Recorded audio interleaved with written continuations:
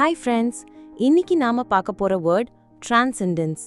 இந்த வேர்டை எப்படி ப்ரொனவுன்ஸ் பண்ணணும்னா டிரான்செண்டன்ஸ்.